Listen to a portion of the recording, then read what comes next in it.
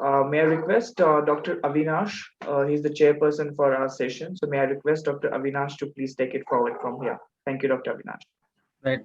Thank you very much. We are all set to go. Yes, all set to go. Okay.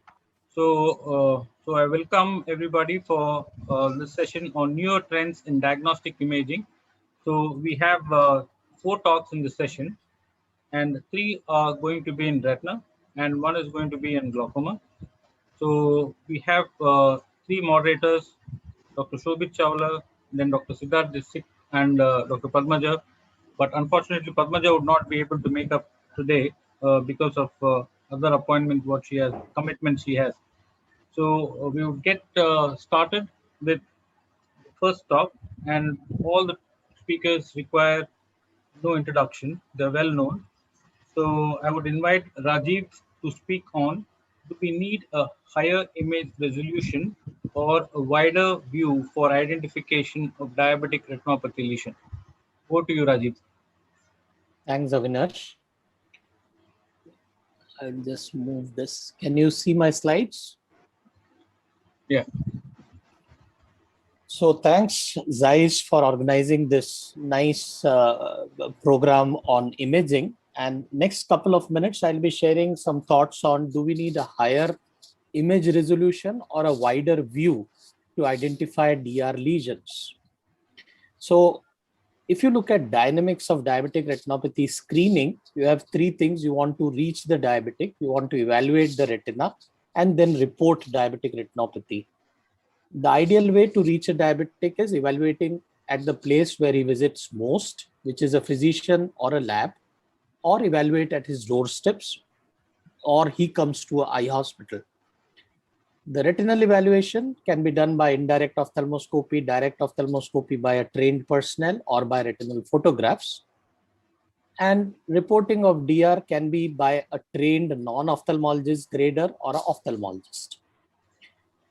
And we have come a long way from a traditional fundus camera to a lot of devices which are miniaturized device, the miniaturized tabletop fundus camera, point and shoot off shelf camera based ophthalmic cameras, integrated adapter based handheld cameras, or a smartphone based ophthalmic camera. So a lot of last probably about 5 years, we have seen a big storm of low cost retinal cameras, which can be used to screen diabetic retinopathy.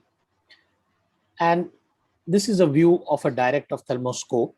And if you look at how well we can diagnose diabetic retinopathy by that, so it depends on the skill level, who is doing a direct ophthalmoscope. But even with a ophthalmologist, with an undilated direct, definitely we cannot diagnose diabetic retinopathy with a great accuracy. A dilated direct ophthalmoscopy seems to be a good way if a person is trained to do a good direct ophthalmoscope. Single field 40, 30 or 45 degree fundus photography, which American Academy recommended that single field can be enough for screening. As an undilated, the specificities are low, though the sensitivity is pretty good in detecting retinopathy, but a dilated 45 degree single photo seems to be a good way of doing retinopathy screening. Gold standard has been the ETDRS 7 field view. And now we have these wide field cameras which can capture the retina beyond these 7 fields.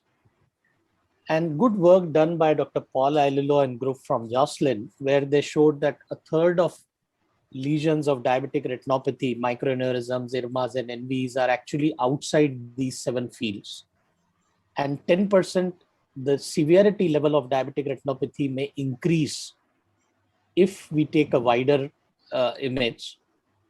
And they also saw that a third of those who they saw no lesions on the 7 field, there were evidence of peripheral DR, and they started calling it as PPL, predominantly peripheral lesions in diabetic retinopathy. They also went ahead looking at what is the incidence or what is the progression of DR in these cases, and they found that those who have these peripheral lesions, they tend to have a more serious, a more severe progression, 3-fold more progression of diabetic retinopathy over 4 years. They also found that if you use these large ultra wide field images, the non-gradability, which can be because of the image other attributes, can be reduced from 70% to 30%. And they came out with a huge body of evidence on ultra wide field imaging in diabetic retinopathy. We were keen to know that how common these lesions are in Indian eyes. So if you look at Paul Silva group, that is the Paul Aililo group series, they found that predominantly peripheral lesion you see in nearly about 70%, 60 to 70% of cases. And this was a multicentric study involving LVP, Shankar Nethralaya, Arvind, Narayan Nethralaya, where we found that in Indian eyes, probably these peripheral lesions are low. It's about 37%. So next question comes, and actually in Jocelyn group replaced all their traditional fundus cameras with these wide field cameras for screening. So the question came, in Indian eyes, we have less peripheral lesions. Are we justified using these wide field cameras for screening? So we wanted to answer this, that do we need a higher resolution or a wider view to identify lesions? And for that, we compared the effectiveness of Optos 200 and Zeiss Claris camera in detecting diabetic retinopathy lesions. So we know that Claris is a little less wider view, 133 degrees as compared to 200 of Optos. So Optos had a wider view. And if you look at resolution, it was the Claris had a high resolution image. And we made a custom made ground truth annotation algorithm, SN annotate, and we annotated nearly about 150 eye patients who underwent imaging on both modalities. We annotated all the lesions, microaneurysms, hemorrhages, X-rays, cotton wool spot, neovascularization, and subhyaloid and vitreous hemorrhage in these two images. And we did a 2-point registration. 2-point registration means 2 bifurcation point, or wherever the vessel bifurcation was there, we took 2 similar points and then we registered these images so that we can superimpose these 2 images on each other. And based on that, we divided this image into 3 parts: a central retina, 500 pixels from the optic disc; mid zone, which is about 500 to 1000 pixels from the disc, and more than 1000 pixels becomes the C3 or a peripheral zone. So we divided these into 3 zones, and we first marked all the lesions on these retinal images. So these lesions were marked by our graders. The kappa value of them was about 0.7. And then we looked into the distribution of lesions. So as expected, our Indian eyes, the peripheral lesions C2, C3 were 38 plus 5%, and central lesions were nearly 56%. And we tried looking at what were missed by Claris and what was missed by Optos. So these are the distribution of the lesions which were missed on both of them.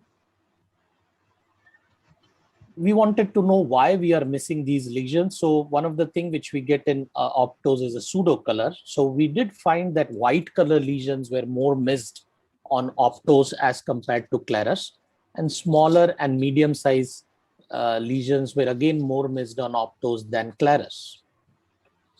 So summary of this study was that Optos missed almost 50% of the lesions which were found on Claris 500 in zone 1.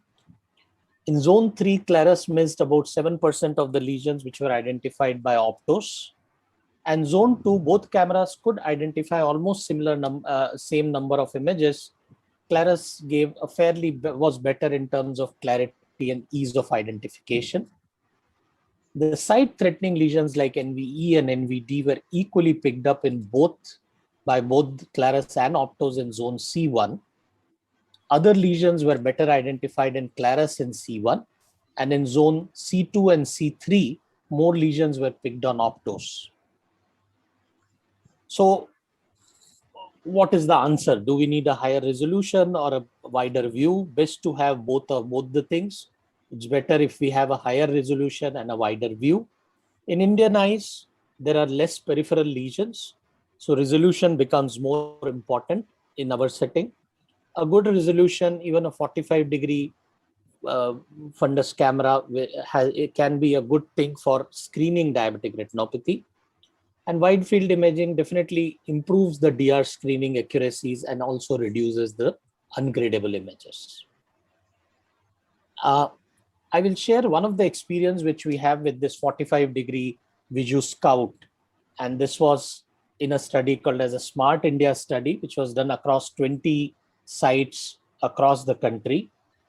It's a unique model because here door-to-door screening was done, and at home, the retinal images were taken, both urban and rural population. Nearly about 70,000 families we visited and took the images. So supported by the Research Council UK. And this was the patient recruitment flow. They underwent routine examination, the height, weight, waist circumference. We used point of care devices to measure HbA1c and lipids, cholesterol measures, and did a retinal imaging. We used peak visual acuity chart to record the vision. And our experience with Viju Scout has been, out of them, nearly about 30% images were, it is not upgradable, that's ungradable images, were about 30% because we had used a non-mydriatic mode. We didn't dilate them. We could use it successfully in the field. And Zeiss had a good service support for nearly 2 years. There were battery issues after 2 years, which we started having. I would say of 20 sites, nearly 15 sites, the battery had to be replaced. But otherwise, as far as performance of the camera, we were pretty happy using it in this project. Thank you very much. Any questions? I'll be happy to take. Thank you, Rajiv. That was a wonderful talk where most of the things you have very clearly laid out. Just a couple of questions. Number one is, for people out there who are listening and who are the budding retinal people, or even who have promising comprehensive ophthalmologist in the practice. So there are two types of people what you would get across. I'm talking in non-academic practices. One, a freelancing person, right? And second, would have a clinic of its own. Now, if a freelancing person has to adopt or take one of these devices, what would be your suggestion for a freelancing person in private practice? I think many of these handheld cameras which are there, they are pretty good because he need to visit many places, and any of these low cost 45-degree cameras, you don't really need a large field images. So I think I will not, there is no one company I will tell, but a couple of them are pretty good in the market today, which gives good 45-degree images. And across any of these non-mydriatic cameras which we see today, the ungradable rates are between 25 to 45%. You want to increase the gradability, if you can put a drop of dilating drop, dramatically because major cause of non-gradable images are cataract. So if you can dilate and take the images, the non-gradable images, they reduce. We have shown that it reduces from 30% to 5%. So you need to have a gradable image, then only you can grade diabetic retinopathy. I think any of these non-mydriatic cameras are pretty good for a freelancer. In a hospital setup, the problem of this is because need a little training for the individual who is taking the image. Now the weight of these cameras have significantly reduced. I remember using Canon ones, which are really heavy, because you need to take in a standing position holding the camera. But with hospital setting, good to have a table based model, because you have a place where you can keep the camera, you have a place where you can take the images. So definitely that improves as far as the taking good retinal images are concerned. Yeah. Right. One more question is, again, which would help the people who are out there listening to you, is both of these cameras, what you mentioned, have a learning curve.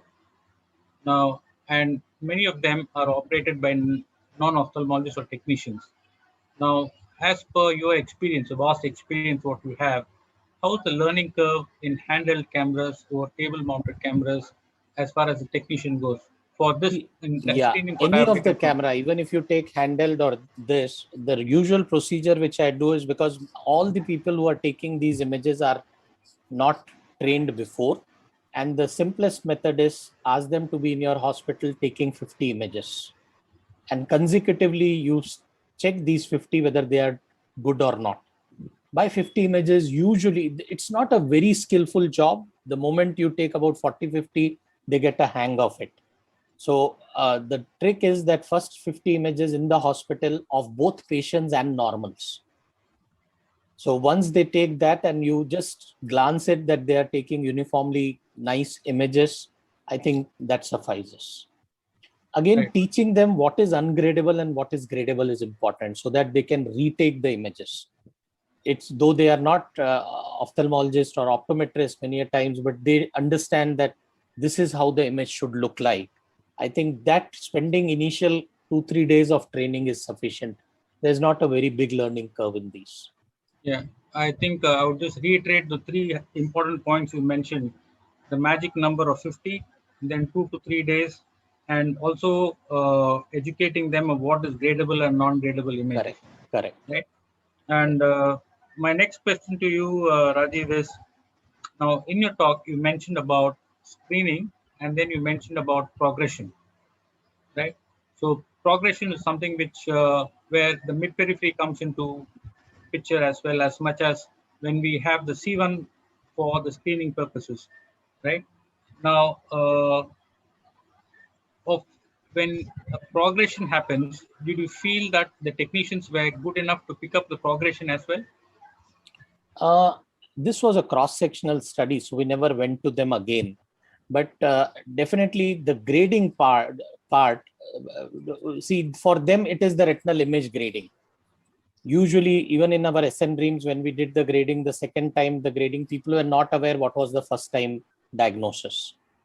So for a study or when you are doing in a screening, it depends on what is like. Our scenario was people were not aware. But if an ophthalmologist is doing, definitely he's aware about all this facts. He knows that there is a moderate NPDR. And now we have gone to him after 3 years, and now the stage has increased. But the people who are grading, if they know the grades of retinopathy, did not really know whether it is previous what was the grade. So they don't actually have access to the older records when they grade. Okay. So my last question for you is, Rajiv, this is in terms of we have two types of cameras now available. One is the wide field, which gives real colors, and then you have the ultra wide field, which gives pseudo colors, false colors. So till date, what would be your personal suggestion if someone has to make that decision of buying one, because both are expensive, right? So now, very rare circumstances when one can have the luxury of having Both. more than one camera, right? So if they have to make a choice, so what would be your suggestion? Again, it depends on what is your reason for buying. See, Optos has its own advantage in children and many of the patients where you want to see the peripheral lesions in high myopes. No, you want to really see the retinal periphery 200 degree. You want to see what are the skip areas in your PRP, no, or some peripheral lattices. Even I had a patient of retinal detachment in one eye, other eye did, and we found in the periphery a small HST which was missed clinically. He was a small boy. Without EUA, we can do, especially tumor guys, all these, Vikas and other colleagues of mine, for them, it is a boon because no need for doing a EUA. So there, Optos becomes a very important tool. For diabetic retinopathy screening, or if you are trying to look at the lesions, probably Clarus, because of its high resolution. And when we now don't have a Clarus, we kept it as a demo. During that time, really even angiograms had reduced. Looking at, we could pick up these subtle NVs very nicely on the Clarus image itself. So it depends on what is your intended use. More you will be using for what. Based on that, you should take a decision whether you want to go ahead with the Optos or Clarus. I think the bottom line is what you rightly mentioned is the type of practice one would Yes. have in their setup, right? Correct. Correct. So I quickly move on to Sangeet and Vedant. You have any questions for Rajiv because he has to move on to another talk of his. I think Dr. Rajiv has covered very extensively both the things. As he suggested, it depends upon what type of practice you are using. Mostly if you are doing research or you're doing pediatric cases more, preferably Optos is a better choice rather than Claris. But if your major practice is diabetic retinopathy and retinal vasculopathies, I think Claris becomes a good option. Yeah. So I just want to know that in your study where you said that the peripheral lesions are more concentrated in the, the lesions are not concentrated more in the periphery. Was it based on only the patients from Chennai or? No, this was across all the 4 sites. So we had a luxury one study where Optos was given to LV Prasada Institute, Shankar Nethralaya, Arvinda Institute, and Narayan Nethralaya. And we recruited equal numbers. So I think about 650 patients overall we recruited with various stages of diabetic retinopathy. And we did exactly what Paul Aililo group did the grading. We did exactly the same way to look into that how well. So this was surprising that we don't have so much of peripheral lesions, because that was alarming the moment Paul Aililo group suggested that we have nearly 60-70% of predominant peripheral diabetic retinopathy. But in our studies, we didn't find. Yeah. Thank you, sir. So very interesting observation. Have you extrapolated with some sort of genotyping with this sort of a phenotype variation, Rajiv? No, we have not done, but it is worth looking at what you are telling, that why our retinopathy is more posterior, not in the periphery. This is something which we really don't know the answer for. But yes, what you are telling, maybe genetically or probably it may be ocular related too. We really don't know. So probably it could be because of the change in the lipid profile. I'm just guessing because our lipids are much more little different pattern. We have more of cholesterol and LDL cholesterol as a risk factor for macular edema as compared to the Western population. Yes, sir. So just to extrapolate this point, Rajiv, from the clinical point of view, right now, from the therapeutic point of view, would these patients, it's a very wild thought. Now, will these patients would have extensive amount of peripheral lasers, which has to be done based on those results? Would that influence in any way? I don't think so, because our routine laser also goes till equator. And these lesions are very rarely beyond equator. So it's not like they have more lesion. I mean, peripheral is like, even equator is not seen on the classical 7-field ETDRS. So I don't think our pattern of doing laser will change by any way. Okay. Thank you so much. Wonderful points. Great study, Rajiv. Thank you. May I ask a question? Just, please. It almost feels like an intrusion of glaucoma into retina.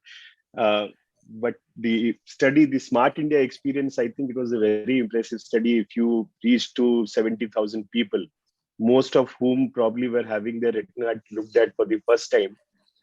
Did you happen to come across a few glaucomas, detecting some? Yeah, that's always a problem. We did find glaucomas too, but problem what happens is the grading is usually done by the retina people. But yes, what your question is always true. The same is true when Ronnie does his glaucoma study. I try to look for diabetic retinopathy in that. So that is something. Yes, definitely glaucoma is common everywhere, and no, it is one of the. But still, I would say it is not a public health problem, because the percentages are not as great as diabetic retinopathy. But yes, many of them had. I cannot offhand remember the percentages because we have not yet come out with this paper. So it will be soon published and it will have all the details. Great, thank you. Right. Okay, Rajiv. So Thank you again. So Thank we you. move on to the next talk. And next talk is also going to be very interesting. So next talk will be presented by Dr. Sangeet Mittal, and he's going to present wide field injection free fluorescein angiography using broadline imaging. Over to you, Sangeet. Thank you, Dr. Avinash. I'll be talking about injection-free fluorescein angiography using broadline imaging. So as we all know, FFA is a, so my slides are not, yeah. So FFA is now a 60 years old time-tested procedure, and fluorescein dye has been used to study the vascularity of retina since 1961, and different lesions are diagnosed on the basis of hypo or hyperfluorescence of the lesion.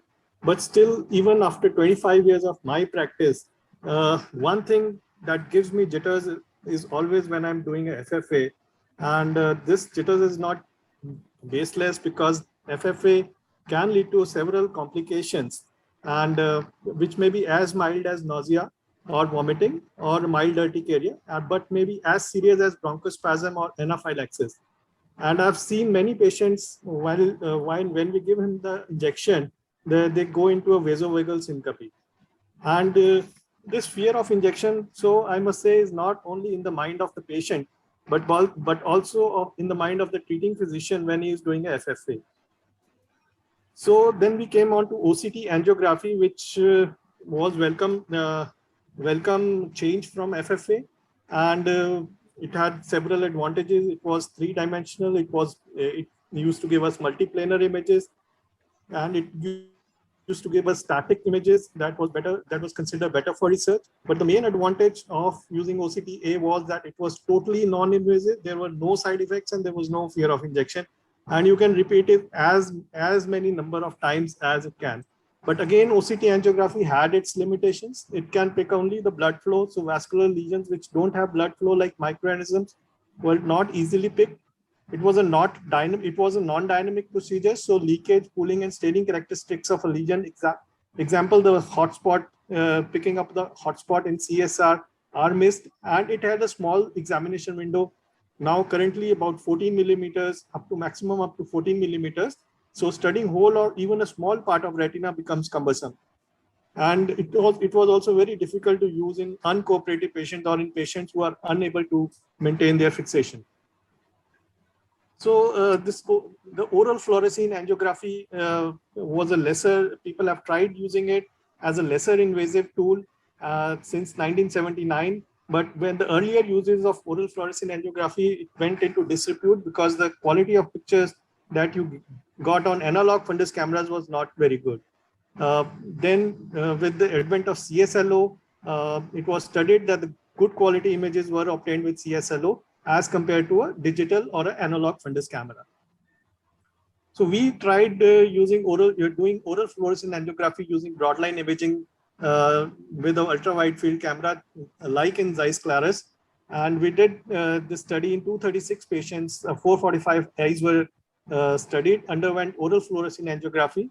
The fluorescein dye was given in the dose of 25 milligrams per kilogram body weight. It comes out to be approximately 1 ampule that we use of 20% dye for every 25 kilogram patient. Dye was dissolved in 30 milliliters of sugar-free juice, and which was ingested by the patient. And this was followed by another 30 milliliters of juice without the dye, just to give a better taste to the patient. And then the angiograms were taken at regular intervals, every minute for first 5 minutes, followed by every 2 minutes for 5 to 10 minutes, and then followed by every 5 minutes up to 30 minutes. So a word about broadline fundus imaging. Unlike the other SLO systems, the Claris uses broadline fundus imaging, and it uses the LEDs of all three basic colors like red, blue, and green, and not just one wavelength, not just one infrared wavelength, which is used in SLOs, is used to create that's why it gives us a true color image.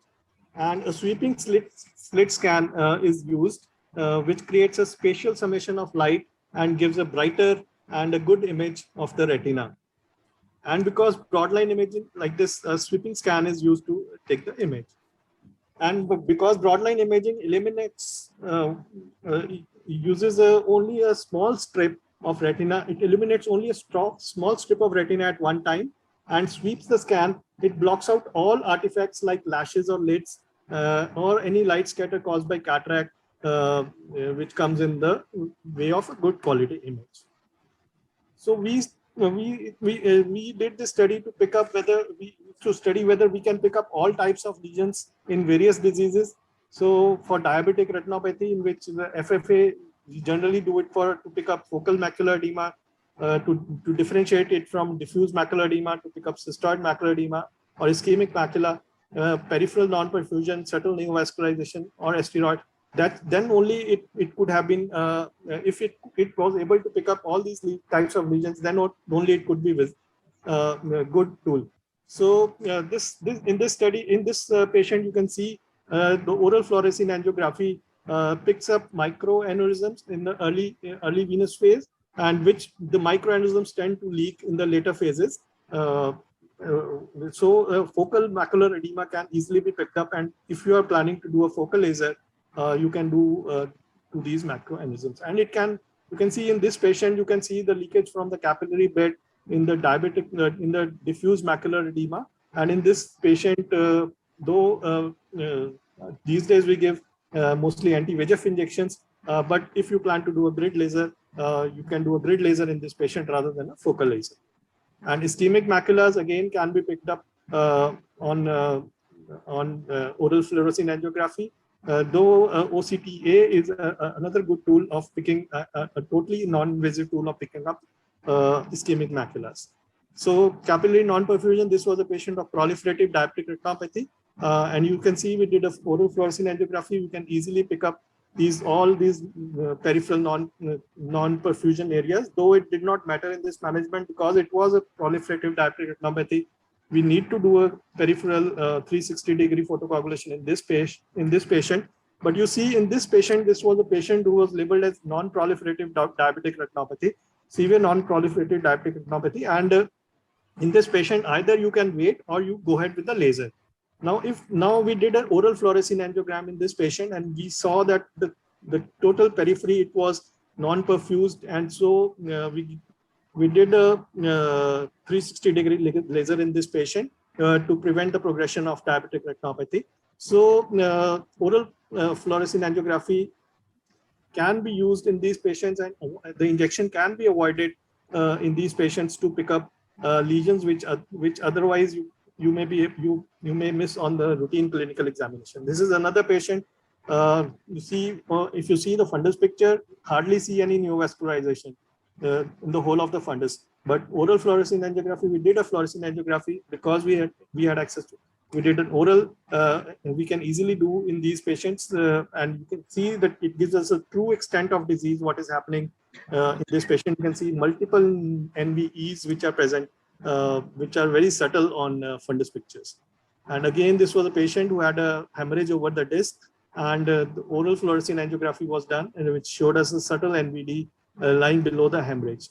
And this patient again, on a clinical examination or on fundus photography, though we were able to pick up a NVD, but again, the NVD that was shown on an oral fluorescein angiography, it showed us really true extent of the disease, which even the OCTA was not able to reveal this type of picture in this. Again, in asteroid hyalosis patients, we were able to pick up what lies beneath this patient who had recurrent hemorrhage. We can see there was still leaking new vessels present, and there was marked ischemic areas in the retina. Again, because Clarus is a wide field angiography, and Dr. Rajiv has already discussed about this, that the lesions can, beyond the normal reach of a normal digital camera, can be picked up on this wide field oral angiography. Again, oral fluorescein angiography, one specific indication is in a recurrent disease. So in this type of recurrent disease in which laser has already been done, you do a fluorescein angiogram and you can pick up peripheral lesions, the central lesions, and you can plan your management of the patient accordingly. So another drawback of OCT angiography was detection of hotspot, because the OCT angiography is not a dynamic procedure, though it gives us an idea, or there are some other methods that can we can detect presence of the hotspot in CSR without using fluorescein angiography, but fluorescein angiography remains the investigation of choice in central serous chororetinopathy. We thought because it will have a whether we will be able to pick up hotspot in a central serous chororetinopathy or not. So this was a patient of central serous chororetinopathy, and you see in the scan which was taken in the angiogram which was taken at about 9 minutes 56 seconds, there was a appearance of the hotspot, and which increased in size and intensity in the later phases. Again, an ink blot appearance of the hotspot can also be picked up using the oral fluorescein angiography with this technique. Again, this was another patient and which shows a downward smokestack on oral fluorescein angiography. For exudative AMDs, though I think OCTA remains the preferred mode of investigation in treatment of exudative AMD, but if you don't have any access to OCTA, we thought like we'll see whether we can pick up classic CNVMs or not on oral FFA, and you can see in below there was a classic CNVM which was a very small CNVM which could easily be picked on oral fluorescein angiography. You can see there was a small there was a hyperfluorescent lesion which increased in size and intensity in the later phases. And even for a RAP lesion, you can see on the OCTA, there was a RAP lesion. The OCT also showing the RAP lesion.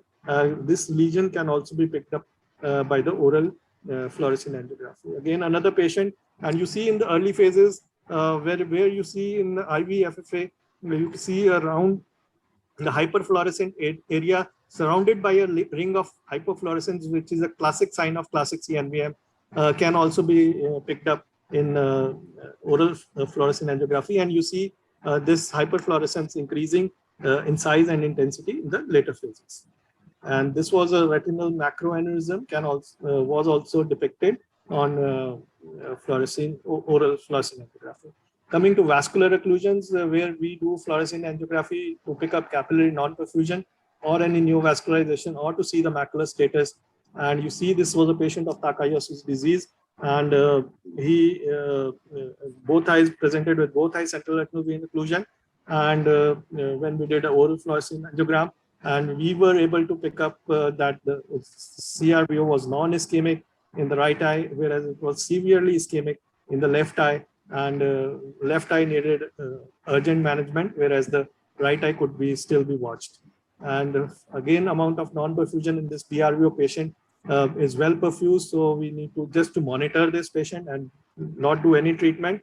But if it is a poor perfusion, you might consider doing a sectoral scatter laser in these eyes. In this patient, in which neovascularization was also picked up, you have to do green laser in this patient. Again, for a macular BRVO, the ischemia was picked up, and along with the intravitreal anti-VEGF injections, grid laser was done in this patients. Another was that if BRAO, generally oral fluorescein angiography has a drawback that it does not give you a good idea of what is happening in the arterial or the choroidal phase of the angiogram, but still you can see that there is some cataract tracking seen in this BRAO patient by doing an oral fluorescein angiogram, and you can see this cataract tracking, and you can differentiate on fluorescein. Although OCT is a better tool, but you can differentiate that this is a BRAO and not a PAM lesion or a DSM lesion. In pediatric patients, I think it's easier than IV-FFA because again, the children, they resist IV injection and they tolerate this oral medicine quite easily because it is mixed with a juice, and you can easily do a oral fluorescein angiogram in patient, and you can see you can pick up this sort of patient of fever, just a 5-year-old boy, and we could easily do a fluorescein angiogram in this patient, giving him orally. And again, in uveitis where you need a dynamic angiography, you can use it. You can see this patient of serpiginous choroiditis with early hyperfluorescence with later on turned hyperfluorescent. You can do with the oral fluorescein angiography, and you actually not need IV FFA to demonstrate this defect.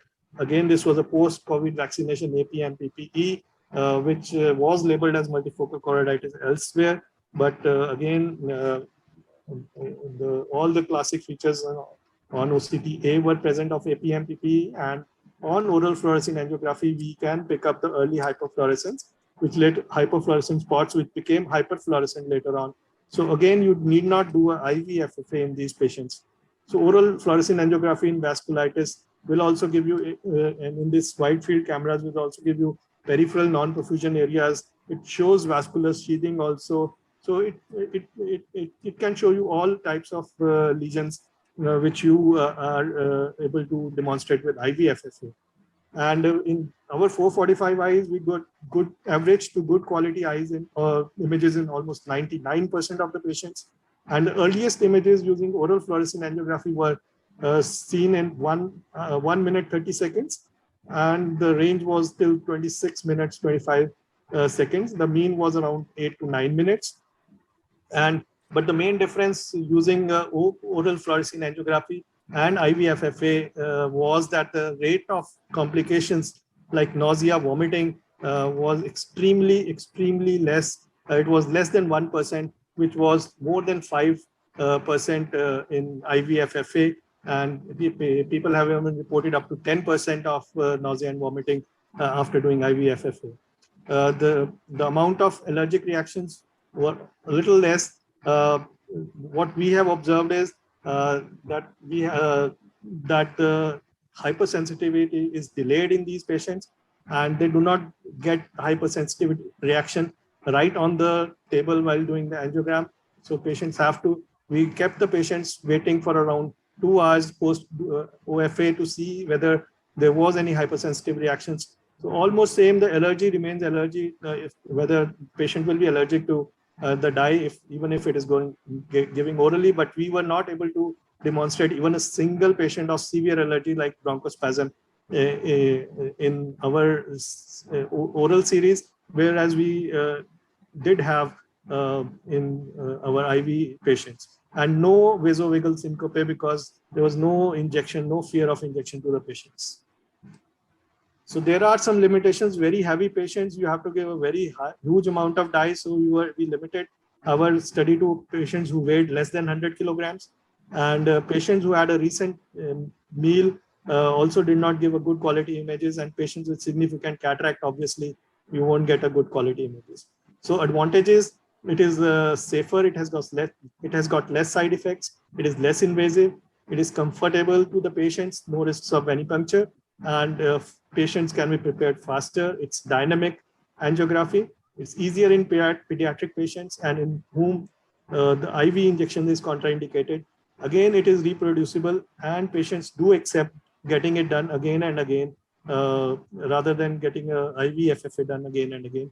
Multiple procedures can be done simultaneously because there is a large gap in between while you take angiograms, and it can be performed by technician because there are hardly any side effects. It was done by my optometrist, all these oral FFAs. So disadvantages, it has got a longer duration, but again, I told you it proved to be an advantage. In the other hand, we had multiple patients scheduled at the same time, and we can just one patient, 2-3 patients you can do simultaneously. But biggest disadvantage was that it was difficult to see early arterial or choroidal phases. And another disadvantage is that in some lesions in which rate of flow determines your diagnosis, like in tumors, ocular tumors, it has got a disadvantage. You are not able to study that properly. So to conclude, OFA is a safe, less invasive, and well-tolerated procedure with high sensitivity, and quality images were obtained in more than 99% patients and can be performed in most of the indications. And to obtain a comprehensive evaluation in common retinal diseases and to reduce risks and discomfort of IVFA, oral FFA may be considered for clinical purposes. Thank you. Thank you, Sangeet. That was a very elaborate and a great presentation. So I have a couple of questions for you. What is the juice which you use in your practice? We use a sugar-free orange juice, which is commercial. Yeah. Okay. And And color of fluorescein also. Sorry? To some extent. It masks the color of fluorescein also to some extent. Okay. Of the orange color. Right. So next question which I wanted to ask was, sometimes we have this question lingering in most of surgeons in the mind, is when a patient comes with severe nephropathy, right? Yeah. So they would have a relative contraindication of a fluorescein, and sometimes people have in the standard of care management of getting a clearance from nephrologist. Now, in those patients, what was your suggestion when we have to say, suppose somebody is 75 kgs, so you have to have 3 ampules for them, isn't it? Yes. So, what would be your suggestion in such kind of patients? Avinash, in this study, we followed the same protocol as we followed for our IV FFAs. We did not change it. We took a nephrologist clearance in a patient of who had nephropathy along with it before we undertook him for this FFA. And nephrology, because the clearance is very fast of the dye, it usually does not affect much. We did not we did not have any issues with the dye giving the same dose. Okay. So my next question is, Sangeet, is especially when there can be few diabetic patients who can have ocular ischemic syndrome, where the timer is very important, right? Now, in terms of when the dye reaches the retina. So you did mention about limitation where it takes, or the arterial images or choroidal images, it's not very good. So It's not very good. yeah. So when do you start actually getting good? See, suppose if I or the patient is being given oral fluorescein now, after how many minutes would your technician be able to pick up a good image? Good. The earliest sign of the dye in one patient we saw even 1 hour, 1 minute 30 seconds after after the patient took the dye.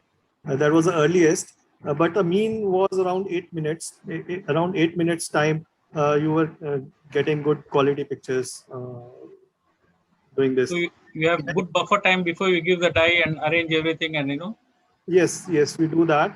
And we start, as I told you in the protocol, we started taking the angiograms 1 minute when the dye was given. Oral injection was done. After 1 minute, we start. And initially, what we did was we took pictures at every 1 minute interval for 5 minutes, then increased it to 2 minutes, and then 5 minutes later on the interval period. Okay. Now it looks very much that it is becoming like a standard of care in your practice, isn't it? So yes. Most of the lesions, most of the times we are now doing oral FFA only, and we are hardly resorting to IV FFA until and unless we have to do for some kind of a tumor or some other lesions. Some uveitis patients we definitely sometimes have to do or this IV FFA. So mostly detecting. Suppose if after hearing your lecture, many of us would feel like adopting this in the practice, right? So would you like to share any of your teething experiences when you moved away from IV fluorescein to oral fluorescein? The one which you already mentioned about the duration when the good images come. Anything else you would like to, for a person like me who's listening for the first time and I'm really inspired and I want to go start. So what would be your tips and tricks for me to start? One thing is, like, the first thing is to avoid doing it in very heavy patients because we did not do it in more than 95 to 100 kilograms patients, or more than that. We avoided doing it because the amount of dye that you have to give to the patient is quite large. It will be more than 4 ampules. That becomes a problem, and you don't get a good quality images in those patients. Even in very tall patients, also again the same criteria holds. You don't give. And in patients who had a recent meal, like within 1 hour, 1.5 hours, we have seen that the images are not that good quality. So the patient has to be empty stomach for at least 2 to 3 hours before it undertakes the oral fluorescein angiogram. I think these are the two things that you take care of, and you'll get good quality images in most of these patients. Right. Thank you. Thank you so much. Vedant, you have a question for Sangeet? Just to clarify, Sangeet sir, in patients with arterial occlusions and in patients where these patients are obese, more than 100 kgs, 95 kgs, instead of using 3 to 4 vials, can you just add a chelating ligand? Would that work? Yeah, it could be. It is a nice thought. I had not done this. Can be tried, but Yes. But in those patients, I just did an IV FFA rather than doing oral No, FFA. Yes, that these can. patients would be probably very few in number. So Yeah, maybe these will be try a chelating agents only in these patients. You may also get the arterial and the choroidal phase, and you would be able to also do that in the obese patients. I think it's a nice thought. Nice thought, worth a try. yes, sir. Let's do it and see what happens. Yes, sir. So what is the chelating agent you're talking about, Vedant? Sir, I'm not sure. I just had this idea when Sangeet sir was speaking. So these chelating agents could be something which could attach to the metallic fluoride and probably stay on for longer periods of time, thereby I think reducing. magnesium is one of them. So thereby reducing the amount of dye needed, as well as can be done in the obese patients and get the arterial and the choroidal flow also. Probably. I'm just trying to understand. Okay. Maybe we can, Sangeet sir can try that. Lateral thought. We'll do it and see what happens. Yeah, sir, let me know, sir. Yeah, You're sure. tying the bell around your neck, Sangeet.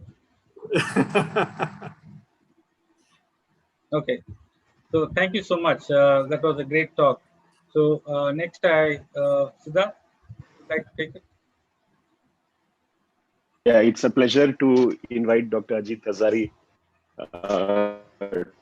on our platform, and he is a very well-known speaker, has been associated with LV Prasad, and he is a very popular doctor. All the patients treat him like a god, and he'll be talking about a very relevant topic in the today's world on glaucoma diagnosis and management in new normal. How the COVID has changed the world of a glaucoma practitioner. Dr. Hazari, over to you. Right. Thank you. I'll just share my slides.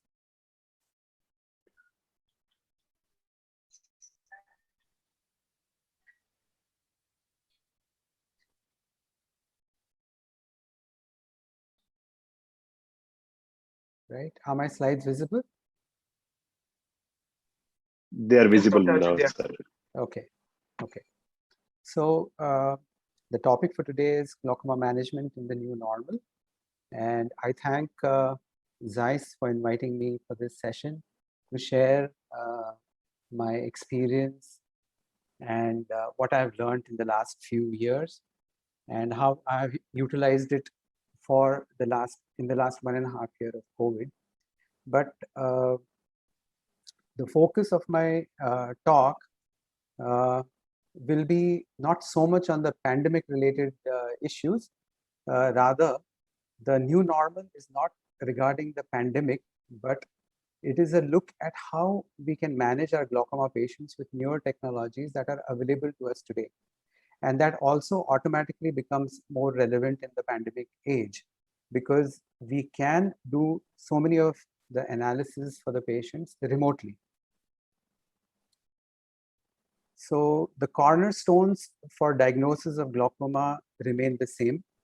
They are IOP, gonioscopy, disc evaluation, central corneal thickness, perimetry, and OCT.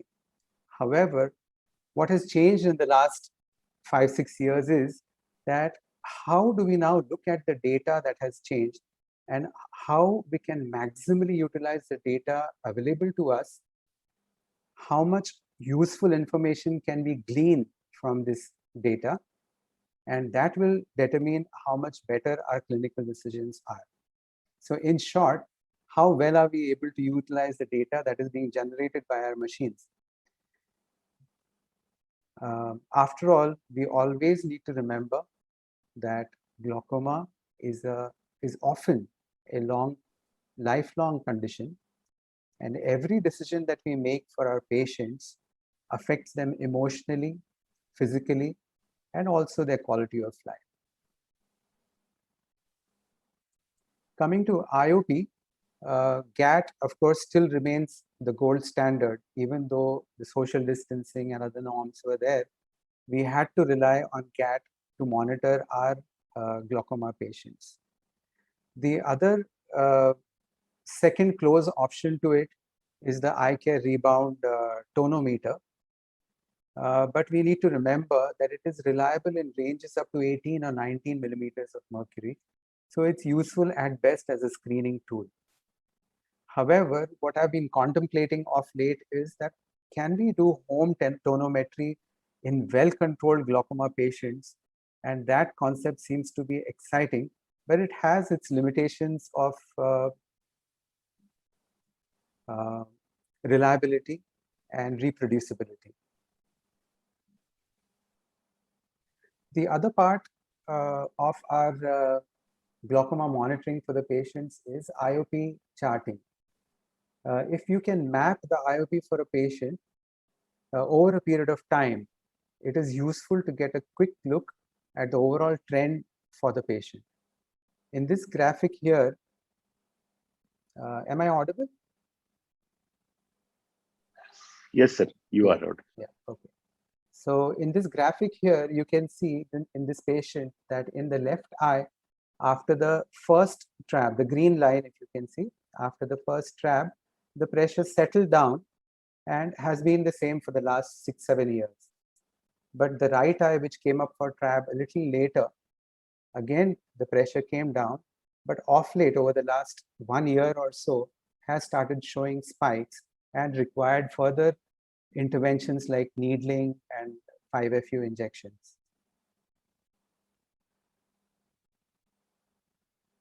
So if you have access to a fundus camera, then serial photographs at every visit of the patient, or at least once or twice a year, will go a long way in good documentation of the structural progression for the patient.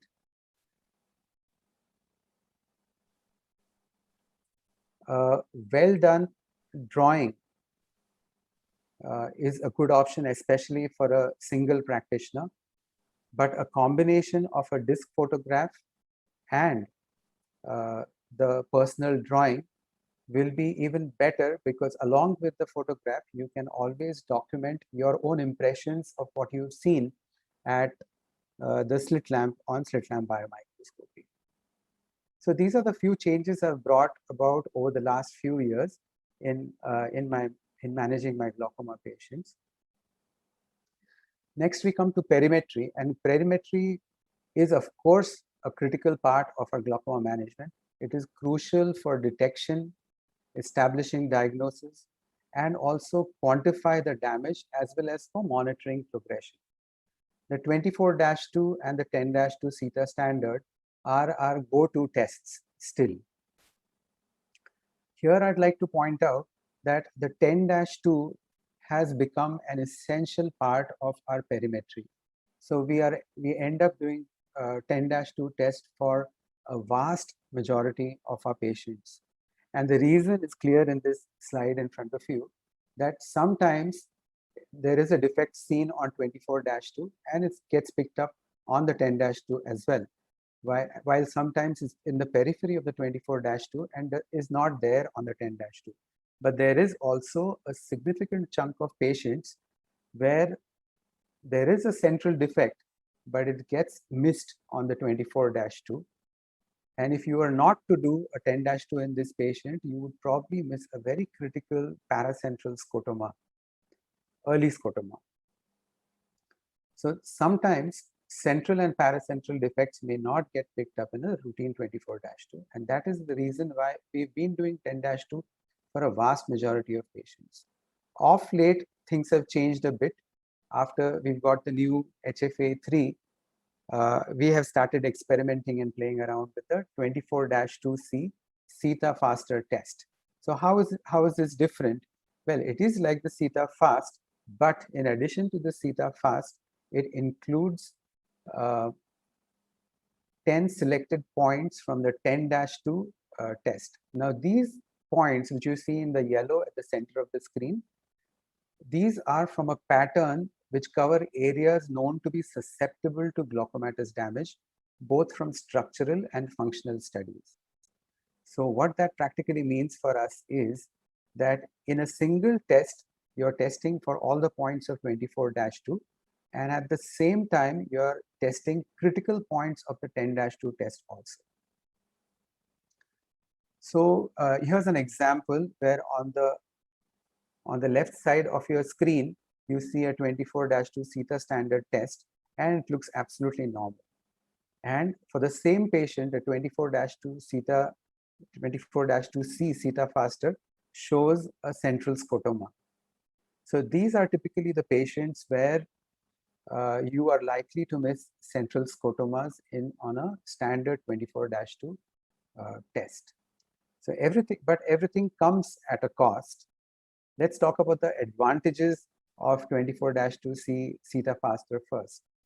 So the first advantage is that it is 50% faster than the standard CETA 24-2 test, threshold test. And it is the same quality of data as the CETA fast test. Mind you, not the threshold test, but the CETA fast test. Additional points, as I said, from the 10-2 are included. The HFA3, now this is a big advantage. The HFA3 is able to use data from previous versions of the CETA standard tests and include them for evaluating progression. So previously, if this patient has had 24-2 tests done, the standard test done for many years, and you switch to the 24-2C, you can still integrate the data and utilize it. So currently now my protocol for using CETA faster 24-2C test at present is for at least the first time that the patient undergoes perimetry, I use this test.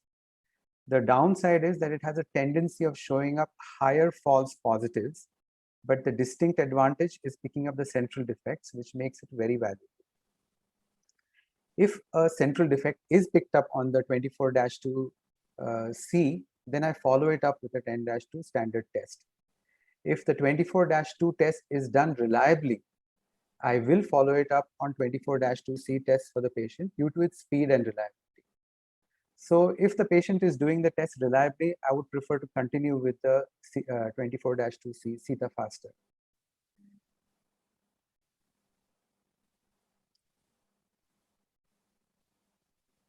So to summarize about the perimetry protocol, the protocol that we are following currently is that in the first 2 years after diagnosis, we do the test 6 times, and then at least 2 times a year or even more frequently, depending on the individual patient requirement. The HFA gives us the option of looking at the mean deviation trend as well as the VFI index trend while looking for progression. Now, what we generally follow is that in early damage or mild to moderate damage on the visual field test, we follow the VFI index to study progression, while in advanced cases where we are doing the 10-2 test, we prefer to follow the mean deviation trend.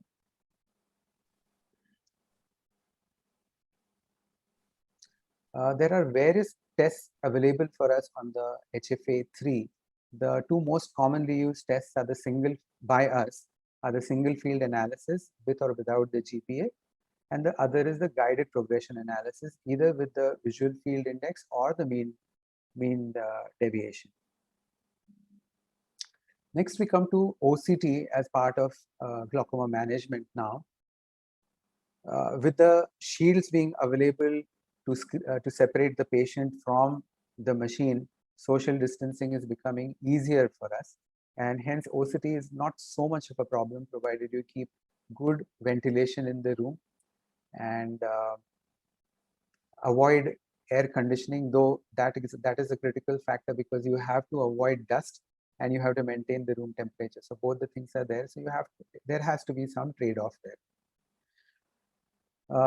OCT we use, as we all know, it has become an indispensable tool for us in glaucoma management to the extent that sometimes when the patient can repeatedly not be able to do perimetry, then we have to solely rely on the OCT for diagnosis as well as monitoring. So what do we look for in the OCT?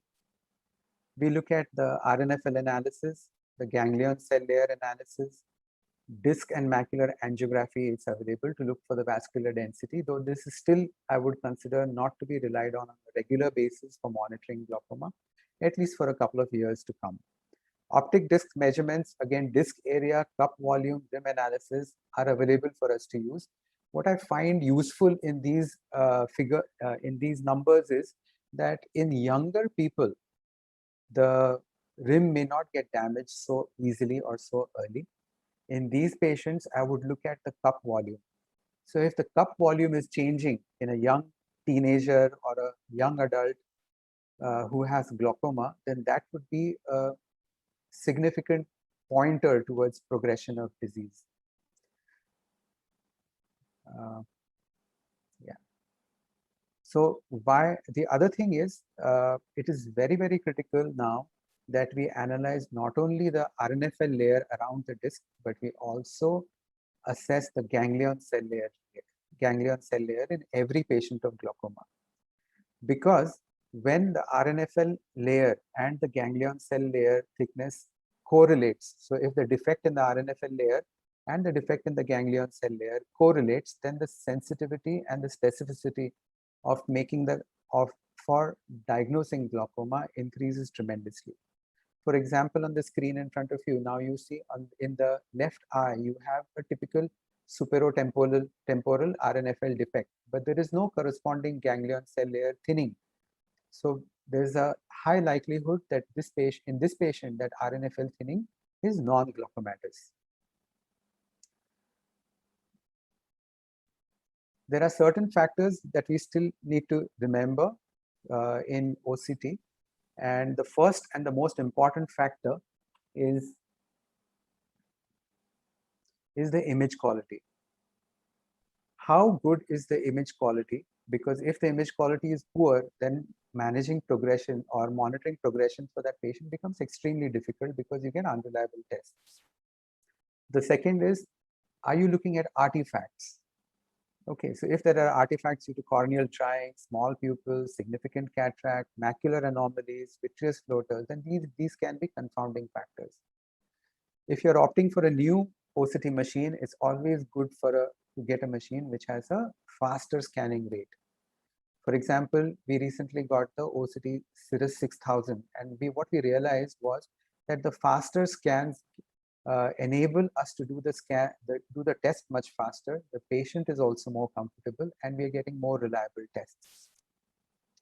And of course, the resolution, of course, is much better.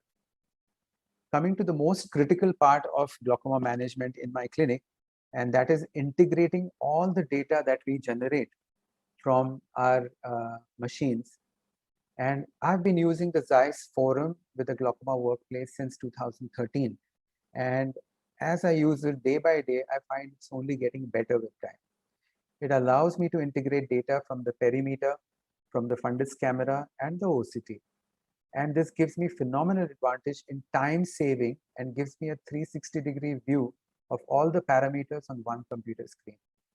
And this goes a long way in monitoring a patient's well and taking clinical decisions much faster and more precise clinical decisions. Here's an example. It's a screenshot from the forum screen from my server. And what you see in this single screen is you have the RNFL deviation profile on the upper left corner. Then you have the VFI trend. Then you have the average RNFL thickness trend over a period of time for this patient. Then you have the GCL-IPL thickness trend. Now what you see here is that the average RNFL is sloping down, but look at the GCL-IPL, it's sloping down even faster. So in addition to this, you also can get the actual progression rates on that. On the screen, probably it's looking too small to be able to read, but you can get a significant reading on whether the progression is significant or not. Below that, you have the serial 24-2 pattern deviation plots, and you have the RNFL deviation maps over a period of time. Here's the second part of the screen. Now, if you scroll down every option, You can see all these things on a single screen. On the second part of the screen, you can see that you have serial 10-2 plots. In this, you can also change the setting to looking at the GPA plot. So it will give you a trend over a period of time, and it will highlight points which have, it will flag off points which are showing progression. Similarly, the RNFL deviation maps, and you can have the GCL IPL deviation maps. Along with this, what is important is you are also integrating the fundus camera images, and you have a serial photographs of the patients over a long period of time. Now, with the glaucoma workplace, so many things are possible, and you can always tweak the screen and all the settings and whatever parameters you want to look at and see what specific information you want to do. What this software also gives is a GPS summary report. Frankly, I've not used it so much, but I find it interesting that on a single page, the software summarizes the status of the patient over whatever period of follow-up that we've done for it. So you have the visual field analysis, RNFL, GCL, IPL, CD ratio, and the IOP trend over a period of time. And the machine calculates the progression and gives you a summary report in one page. If you look at the visual field analysis, there are different options which are available to us in the glaucoma workplace. You can browse reports, you can look at overview reports, you have structural analysis, structure function analysis, combined structure function GPA, not only analysis, but a GPA of the structure as well as the function at the same time.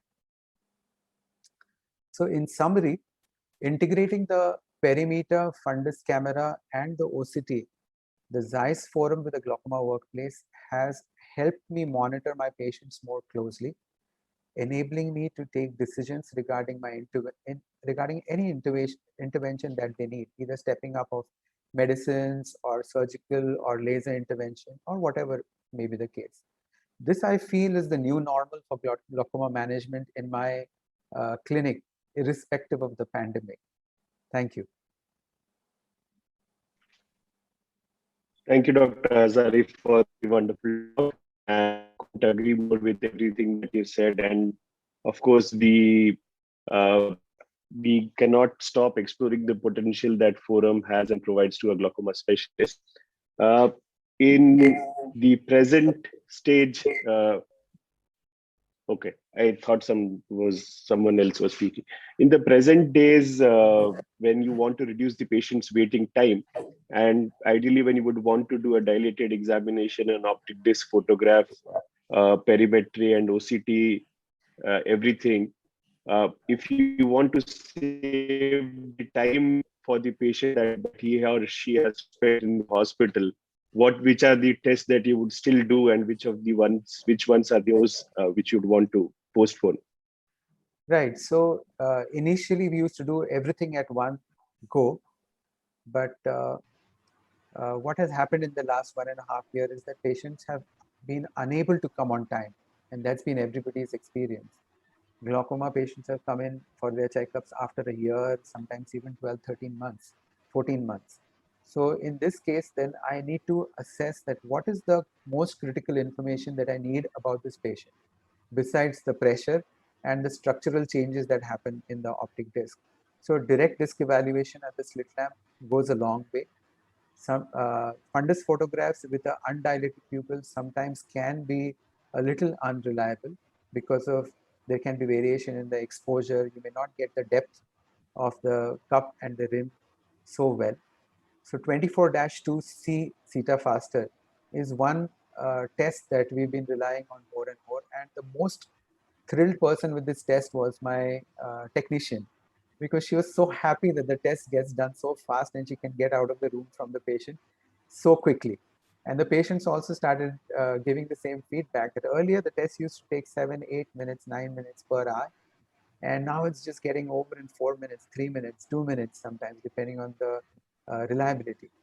So that's something that has made a lot of difference. And with the help of the forum, I realized that you can still integrate the 24-2C data with the previous test and still not lose any useful information. Word of caution is the high false positives. But in a reliable patient, I think that's a good test to take.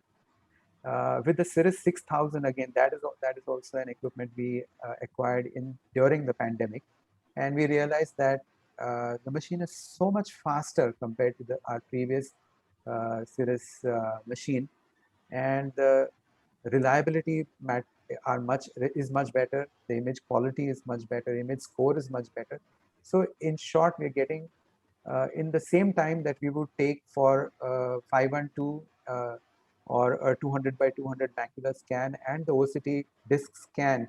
We are also, as a standard, we are doing OCT angiography for every disc that comes our way, along with macular 3x3 angio.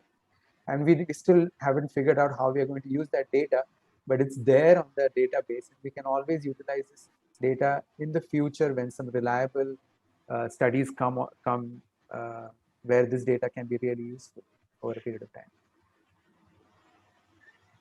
Right, Right, I've been asked to would be. love to quickly jump in because we have only 12 minutes left in the session. So let's go with the next talk, and I do not want to miss on that. So I would request doctors to please, if we can go with the next talk. Okay. Sure. Thank you. Thank you. Thank you, Dr. Hazare. Thank you, Siddharth. Yeah, so we quickly move on to the last talk of the session. It will be delivered by Vedant. Are my slides visible? Yeah, good to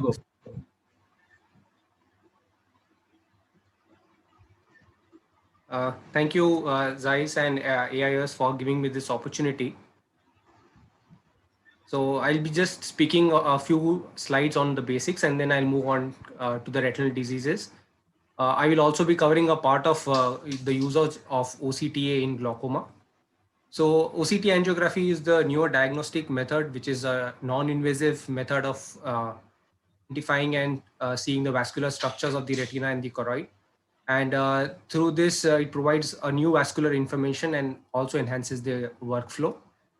The OCT angiography is based on the principle of diffractive particle movement, and multiple sequential OCT-B scans are performed in the same retinal locations.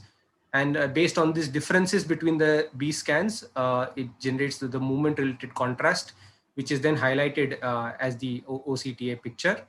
And it employs a complex signal of amplitude and phase, and also utilizes various techniques like the decorrelation technique and the volume averaging methods to reduce the background noise and improve the visualization. The OCTA technology is now available in both spectral domain and swept source platforms, which is one of the highlights of using the OCTA. Just to show you the slabs which are available on the OCT angiography platform, starting from the superficial vascular plexus, deep avascular, and the choroidal plexus. And as we move across, I will show you the slabs, how they appear. I use the Zeiss 5000 angiography, and this is the color-coded plexus map, which enables me to identify immediately the pathology or the location of the pathology. Because of the color depth and the color per map which is available, the superficial retina is highlighted in the red, the deep retinal vessels highlighted in green, and the avascular retina in blue.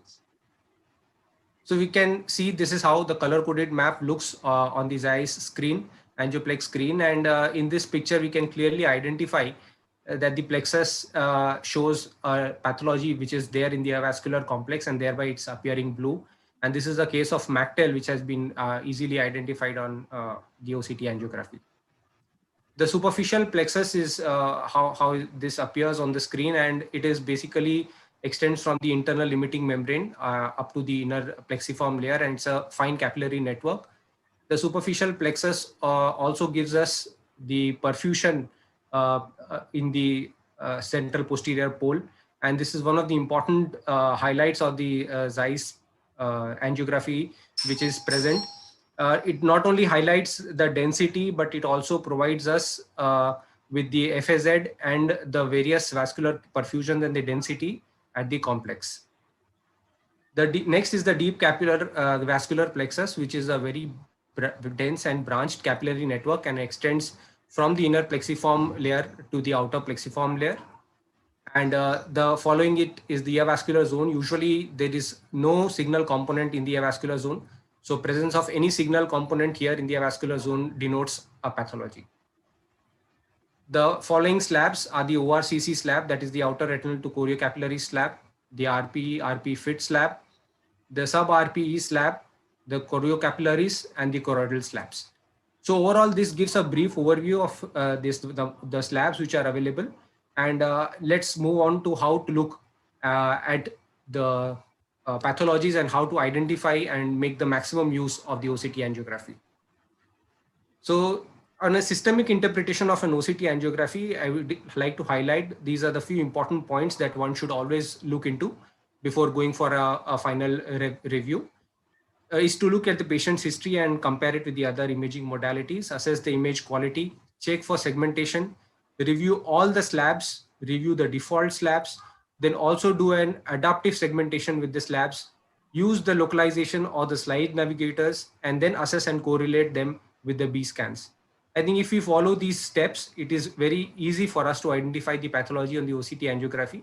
And as we go around I'll show you how FFA and OCT angiography are so much correlatable.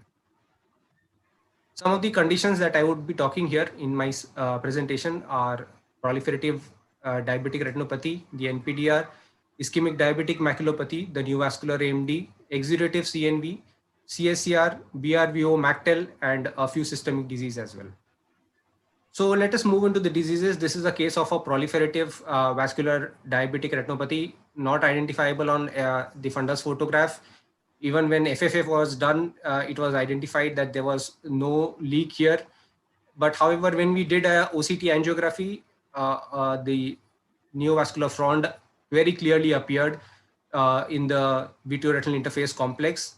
And I was able to identify, and also on the B scan, which showed me the presence of a vascular flow. So this was one of the cases where the PDR was missed on fluorescent angiography, but then it was identified on the OCT angiography. In one of the other cases where the NVD was present and a fluorescent angiography was done, but it is very clearly seen that in the OCT angiography, the vascular frond is seen in the angioplex retinal map. And when we see the frond in the vitreoretinal interface, we can easily identify the presence of the neovascular frond. So you can see how comparable and how easy it is to identify the NVD present in the diabetic patients without doing an invasive technique of a fluorescent angiography. This is another case, patient who had come to me with a blurry vision, and clinically it just appeared as a non-NPT proliferative diabetic retinopathy. Visual acuity was almost 6.9 in the right eye and 6.6 in the left eye, but the patient kept complaining. So I just did a OCT angiography, and I was able to identify the increased foveal avascular zone here in the right eye. Not only that, along with it, I was able to identify the presence of capillary dropouts. And this was the reason why the patient was seeing less, and it explained the reduced visual acuity. In patients with ischemic diabetic maculopathy, we may not need to ask the patient to undergo an FFA. It's very clearly seen in the fundus photograph when the patient was subjected to fluorescent angiography. The increased FSZ was seen, and the similar was noted also on the OCT angiography. And you can see how beautifully the images are depicted here as compared to the fluorescent angiography. So the patient does not need to go an invasive tool to identify the cause. Similarly, here in a patient with ischemic capillary dropouts around the perifoveal region, and we can see the microvascular dropouts which we are seeing here also present and clearly seen on the OCT angiography slabs. The other important thing that it helps me in patients with diabetic retinopathy is when I compare the vessel density in their visits. So over a period of time, the angioplex metrics helps me to assess density and also the perfusion density. And we can see here clearly how the vascular density changes from visit 1 to visit 2, and how there is an increase in the foveal avascular zone complex. So it easily helps me to flag the patients with early diabetic changes. And besides the automatic segmentation, I can also draw the foveal avascular zone on my own. The matrix parameters also help me to compare and identify the changes that have been present over a period of time. And every visit from exam 1 to exam 2, I can identify the perfusions, the vascular density, and also note the differences. So it's easy for me to also explain to the patient about the increase in the diabetic retinopathy, which is some of the studies have clearly shown this, and this was a study where it was seen that from patients with no DR going into PDR, how the vascular perfusion, the segmentation, and the density changes over a period of time. And this has been also clearly predicted and has been identified as a metrics for progression in patients with the diabetic retinopathy. And we can see how over a period of time, the vessel density changes and the capillary perfusion and the increase in the foveal avascular zone is noted. Moving on to CNVM, this is a patient with 1 AMD, which on fluorescent angiography appeared to have just stippling and nothing else, but OCT B scan clearly showed the presence of a drusenoid PAD with mild SRF. And when an OCT angiography was done, it clearly showed presence of a CNVM complex, which was deep to the RP. So OCT angiography is very useful in such patients and easily identifies the branch vascular network present beneath the complex. In patients with type 2 AMD, which are the complexes which are present above the RPE and the high flow vessel density, here we can see the presence of the vascular membrane and the presence of the entry, most likely the entry where it was to be noted in patients with type 2 AMD. In another patient where the foveal, the FA on FFA, it was just seen as a hyperfluorescent leak and nothing more. It was clearly identified here in the presence of a CNVM complex in the avascular zone and also in the RPE complex, the CNVM vascular membrane. In cases of type 3 neovascular AMD, it identifies and demonstrates presence of cystoid macular edema associated with the type 3 lesion, which is present in the outer nuclear layer. And here we can see the presence of the neovascular membrane or the RAP lesion.